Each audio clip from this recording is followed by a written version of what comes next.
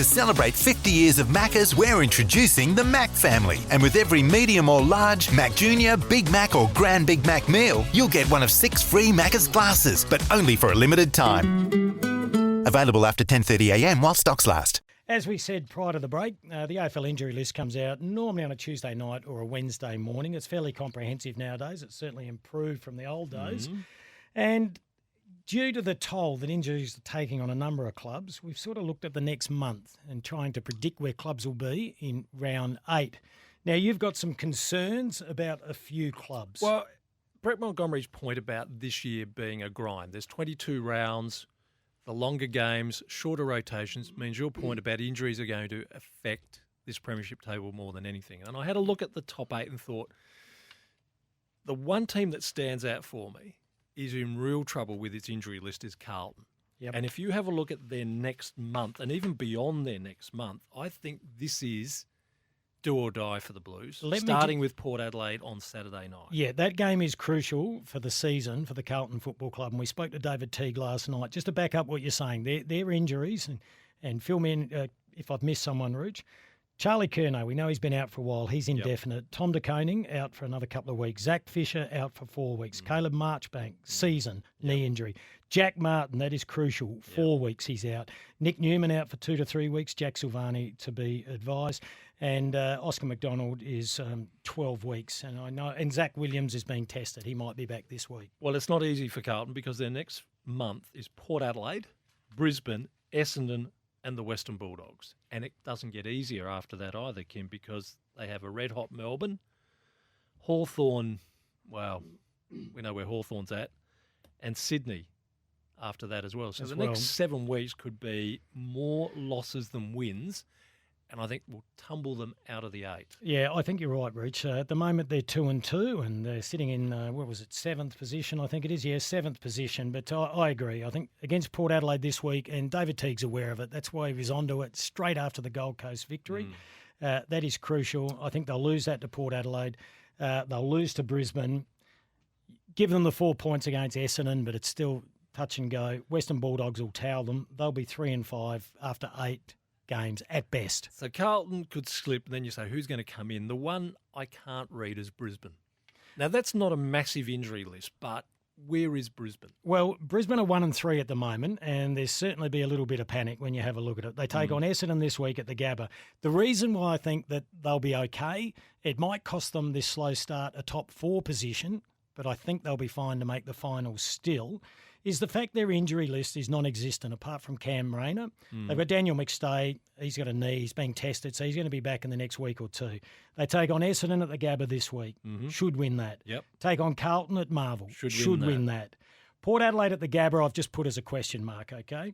Then they've got Freo in Perth. I've given them that one. They should win that. Should win 3 of the next 4. What that puts them at round at 8? 4-4 back in the game. Interesting. All right. Now, you have concerns over Collingwood. Well, West Coast, Essendon, Gold Coast, North Melbourne. Now, you would say get away with the West Coast game. It should open up for them. But I don't like the way Collingwood play. And I'm beginning to think their defensive game, their ultra-defensive game, in the sense that they really want to defend before they score, is going to hurt them. We differ on this one, Roach, because they are at 1-3 as well, and they're in a world of pain. Their injury list is minimal. My new key player in Taylor Adams, he's the heart and soul nowadays. He's out for 10 to 12 weeks. Jamie Elliott out for 10 to 12 weeks. They could upset West Coast in Perth because they have a number of superstars out, the West Coast Eagles. We just heard Carl Langdon on that. Did win a big final there last year. So I won't give them that one. I'll leave that as a question mark, but I think they'll beat Essendon, they'll beat the Suns, and they'll beat North Melbourne. So after 8 games, they'll be 4-4 and back in the hunt, and they'll find their mojo. The one team I'm absolutely certain about is the Western Bulldogs. Yes. Unbeaten, and they've got Gold Coast, GWS, Richmond and Carlton in the next 4 weeks. Manageable injury list. They could be hard to catch off the top of the ladder by the end of round 8. I didn't even do the form on them, Rich, because I think they're fine. For Adelaide, you may have just heard, I'm tipping Freo. Look, I tipped Adelaide first, and I changed it to Freo. It's a toss of a coin, but I've got Freo winning that. I've got Adelaide beating the Hawks down in Launceston, never easy, so that's a toss of the coin. I've got them losing to the Giants. I think the Giants will get a bit of mojo. That might surprise you. And obviously you'll go for Port in the showdown. Look, I would say at best they could be 4-4, but they'll find it harder as the year goes on. Your rising team for the year was Sydney. Now, Isaac Heaney out with a hand injury for the next 2 to 3 weeks makes you worried. Dane Rampy out for a month makes you worry. Sam Naismith out as well.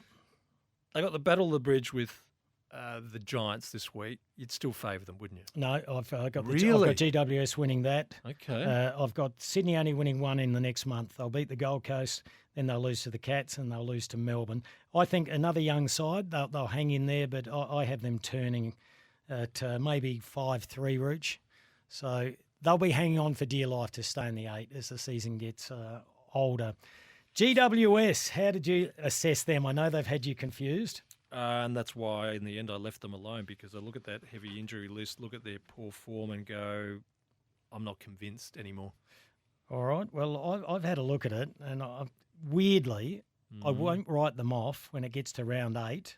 I don't think they'll make the finals, but the injury list, Cornelio, 7 to 9 weeks. Phil Davis, 5 weeks. Matt DeBoer, 9 weeks. Adam Kennedy, 8 to 12 weeks. Daniel Lloyd, 4 to 6 weeks. Harry Perryman, 1 week, having glandular fever, so you never know when he'll be back. Braden Pruce, 8 to 12 weeks. Lockie Whitfield, 2 weeks. You'd think just no chance. I reckon they can cause an upset in the Battle of the Bridge this weekend. They'll lose to the Western Bulldogs at Manuka.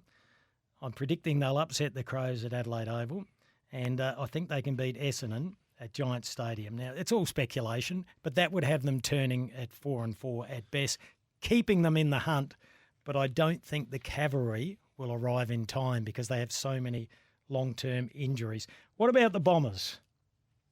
Oh, let's have a look what I wrote there. The Bombers, that is a real mixed match in the way in which they're the next 4 weeks. Their injury list is a mixed match as well. I think they can be square by the time we get to round 8, still in contention. Still in contention? Yeah, the one who I find interesting now is Geelong, because they're out of the 8. A lot of thought about them being, like Carl Langdon said about West Coast, too old, but more importantly, too reliant on too few.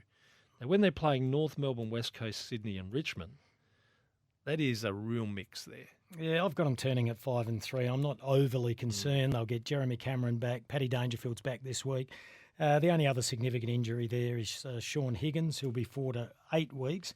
Look, they'll find a little bit of mojo against North Melbourne this week at Cardinia Park. West Coast Eagles at Cardinia Park, never easy. Another home game. They'll be up for that one. Then they take on Sydney in Sydney. I'd be tipping Geelong in that game. Richmond at the MCG, interesting. Probably be around the 4-4 when they turn. Maybe at best 5-3. On home soil, Port Adelaide with a mounting injury list, losing Dersma and Butters for a fair time, has an interesting month. Carlton, St Kilda, Brisbane and Adelaide in a showdown. Got you at 6-2, Rooch, after 8 games. So which ones have you ticked there? I've just put a question mark by Brisbane at the Gabba. Right. Because I expect Brisbane to be up and running by then, but very winnable for Port.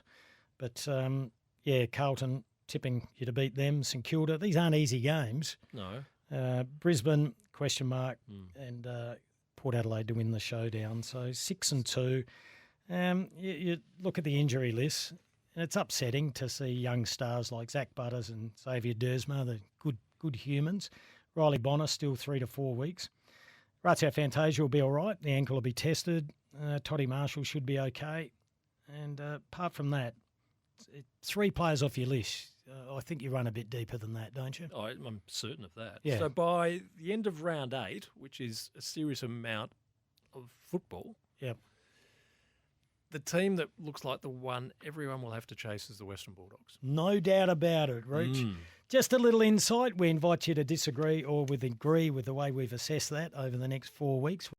It's not folklore, it's fact that country footy brings local communities and its people together. Visit countryfootyscores.com.au. Delivered by Red Energy and TAC. Get your country footy fix and all the latest results at countryfootyscores.com.au.